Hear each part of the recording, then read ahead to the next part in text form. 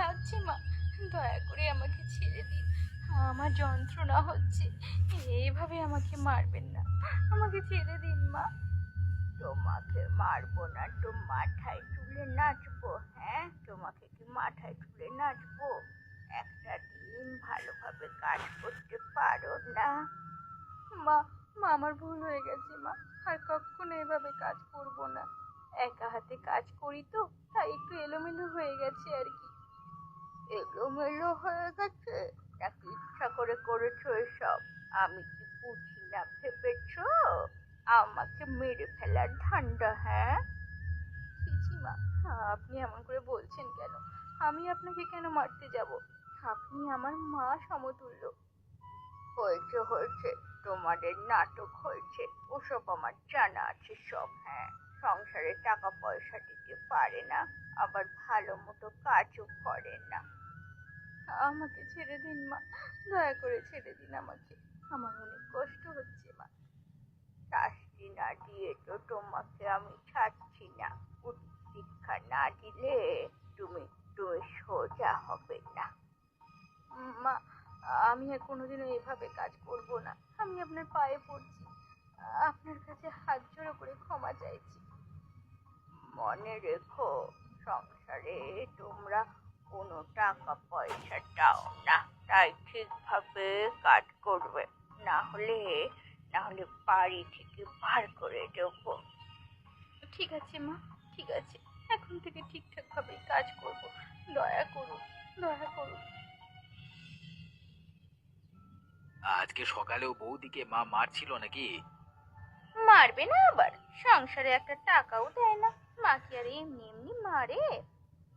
আমাদের টাকায় বসে বসে খায়, মারবে না তো কি করবে? বিনিময়ে বাড়ির সমস্ত কাজ করে দেয়। আমাকে আর মাকে তো কোনো কাজ করতে হয় না। সেই জন্যই তো বাড়ি থেকে তাড়িয়ে দিইনি, নাহলে কবে বাড়ি থেকে বের করে দিতাম। না না, এমন ভুল করো না। এমন ভুল করলে আমাকে আর মাকে খেটে মরতে হবে। কিন্তু আজকে সকালে মারলো কেন বলতো? আবার কেন? হয়তো কোনো কাজ ভুল করেছে, সেই রাগেই মা বৌদিকে মারছে। একদম ঠিক কাজ করেছে। কোনো কাজ বাজ নেই, বসে বসে খায়, আবার কাজও ঠিকভাবে করতে পারে না। আমিও তো সেটাই বলি। কিন্তু আমাদের টাকা ওদের পেছনে খরচ করতে ইচ্ছে করছে না, বুঝেছো? কি আর করার? কিছু করার নেই। ওরা তো নিজেরা কিছু করতে পারে না, শুধু মায়ের হাতে মার খেতে পারে।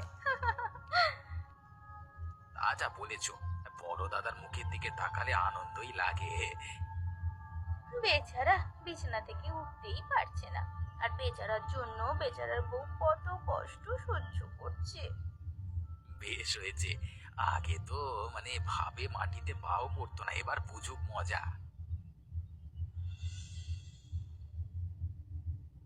গিন্নি, আবার তোমাকে আজকে মা মেরেছে তাই না? আরে, আরে, না না, এমন কিছুই না। মা আবার আমাকে মারতে যাবে কেন? তুমি কি পাগল হয়েছো? আমি শুনেছি গিন্নি, আমি বাইরে না গেলেও বুঝতে পারি বাইরে কি কি ঘটছে। এমনি স্বাভাবিক তর্ক হয়েছে। আমারই তো ভুল, আমি ভুলভাল কাজ করছি। মা আমাকে শাসন করবে না বলো? তুমি আর কতদিন আমার থেকে লুকিয়ে রাখবে বলো? আমি কি কিছুই বুঝি না? আমারই পোড়া কপাল। তুমি এভাবে বলছো কেন? দয়া করে এভাবে বলো না। কি করব বলো? হাঁটা চলবার শক্তি হারিয়ে এখন তোমার কাঁধের বোঝা হয়ে আছি। আর তুমিও আমার জন্য অত্যাচার সহ্য করছো। তুমি চলে কেন যাচ্ছ না? কোথায় যাব আমি? এটাই তো আমার বাড়ি। আর তোমাকে ছেড়ে যাওয়ার কথা তো আমি চিন্তাও করতে পারি না গো। তুমি চলে গেলেই ভালো থাকবে। এই অত্যাচার তোমাকে আর সহ্য করতে হবে না। আমি এখানে ভালো আছি, তোমাকে চিন্তা করতে হবে না। তুমি তাড়াতাড়ি সুস্থ হয়ে ওঠো। আমার পরিবার তোমার সাথে খুব খারাপ ব্যবহার করে, ব্যাপারটা আমার একদম ভালো লাগে না। নিজেকে এত অসহায় ভেবো না। তুমি তো আমাদের জন্য কাজ করতে গিয়ে অসুস্থ হয়ে গেছো। এটা তো তুমি বোঝো, কিন্তু তারা তো বোঝে না। তারা আমাদের কথা ভাবেও না। না ভাবুক, আমি আমার দায়িত্ব পালন করছি। তুমি চিন্তা করো না তো, কেমন? হ্যাঁ। কি গো বৌমা, তোমার কি খবর? তুমি হঠাৎ করে আমার বাড়িতে? আমি কিছু সাহায্য চাইতে এসেছি বাবু, দয়া করে আমাকে একটু সাহায্য করবেন। আমি আগেই বলে রাখছি, আমি টাকা পয়সা দিয়ে কোনো সাহায্য করতে পারবো না। তোমাদের মতো গরিবদের টাকা দিয়ে আমি বিপদে পড়ে যাই নাকি? না না বাবু, আপনি ভুল ভাবছেন, আমি কোনো টাকা নিতে এখানে আসিনি। তাহলে তুমি কিসের জন্য এসেছো? দয়া করে আমাকে একটা কাজের ব্যবস্থা করে দিন। তুমি কি কাজ করবে? আপনি যেই কাজ দেবেন আমি সব করতে পারবো। দয়া করে একটা কাজের ব্যবস্থা করে দিন, আমার কাজের খুব প্রয়োজন। কিন্তু এখন আমার হাতে কোনো কাজ নেই। যদি কাজের ব্যবস্থা হয় তাহলে আমি তোমাকে খবর দেব। ঠিক আছে বাবু, আপনি একটু চেষ্টা করে দেখবেন, আমার কাজটা খুবই প্রয়োজন। বললাম তো পরে খুঁজে দেব তোমাকে। এখন এখান থেকে যাও তো। ঠিক আছে বাবু, আমি চলে যাচ্ছি। আপনি অযথাই রাগ করছেন। দেখো, বেশি কথা আমার পছন্দ নয়, তাই বলছি তুমি এখন এখান থেকে চলে যাও, বুঝলে?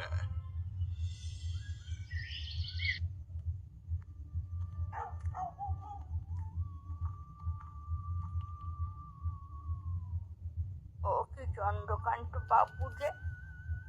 আর বলো না, এভাবে ঘরের মধ্যে বসে থাকা যায় নাকি? একটু গরম গরম চপ খেলে হয়তো ভালো লাগবে, তাই চলে এলাম। একদম ঠিক কথা বলেছেন। আমিও তো সেই জন্য চপের দোকানে চলে এসেছি। এভাবে আর ঘরে বসে থাকতে ভালো লাগে না।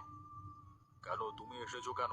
তোমার বড় বউকে চপের দোকানে কাজে লাগিয়ে দিলি তো পারো।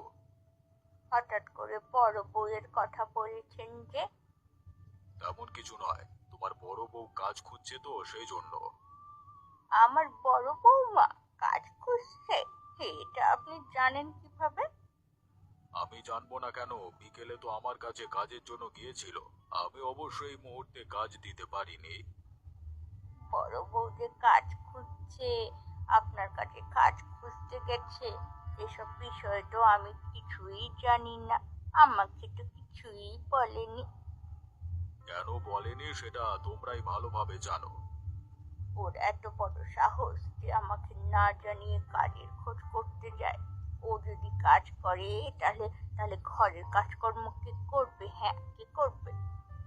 তোমার বড় বৌমা তো আমাকে ভালোই অনুরোধ করলো, বললো ওর নাকি কাজের খুব প্রয়োজন। ওর আবার কাজের কিসের প্রয়োজন? হ্যাঁ, সারাক্ষণ তো আমাদের ঘাড়ের উপরই বসে বসে খায়। সেই জন্যই বোধহয় আমার কাছে কাজের খোঁজ করতে গেছিল। ঠিক আছে, ব্যাপারটা আমি দেখছি। আজকে বাড়িতে যাই, তারপরে মজা দেখাচ্ছি। তোর এত বড় সাহস যে তুই আমাদের বাড়ির মান সম্মান সব বিলিয়ে দিচ্ছিস? মা, আমি আবার কি করলাম? আমাকে এভাবে মারছেন কেন মা? আমাকে ছেড়ে দিন, দয়া করে। কি করেছিস সেটা তুই জানিস না। আমাদের বাড়ির মান সম্মান তোর কাছে কিছুই নেই না। আমি এমন কি করলাম মা? তুই চন্দ্রকান্ত বাবুর কাছে কাজের জন্য যাসনি? আমি গিয়েছিলাম, আমি ভেবেছিলাম আমি যদি কাজ করতে পারি তাহলে সংসারে দুটো টাকা পয়সা দিতে পাবো। তোর এত কাজ করার শখ যে তুই চন্দ্রকান্ত বাবুর কাছে কাজ চাইতে চলে গেলি? হ্যাঁ, তাতে এমন কি আর হয়েছে মা? দেবাংশীও তো কাজ করছে, আমি কাজ করলে সমস্যা কোথায়?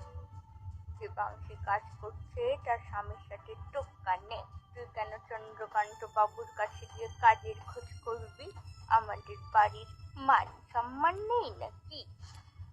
আমি বুঝতে পারিনি মা, আমার ভুল হয়ে গেছে, আমাকে দয়া করে ক্ষমা করে দিন। তুই প্রত্যেক দিন একই ভুল করিস, তোকে আর কতবার ক্ষমা করবো? হ্যাঁ, এবার আর তোর কোনো ক্ষমা নেই। তুই চুপ করে থাক। বইয়ের আঁচলের তলায় থাকতে থাকতে ভোর বুদ্ধি সব সব জলাঞ্জলি চলে গেছে। আপনার ছেলেকে বকাবকি করবেন না মা, আপনার ছেলে অসুস্থ, আপনি যা বলার আমাকে বলুন। দুজনের পিড়িত দেখে আর পাচ্ছি না, যত সব। আমি বলে রাখলাম, ফের আর একবার যদি কাজের জন্য বাইরে যাওয়া হয় তাহলে আমি আস্ত রাখবো না। আমি আর কোনোদিনও এমন করবো না মা, দয়া করুন, দয়া করুন।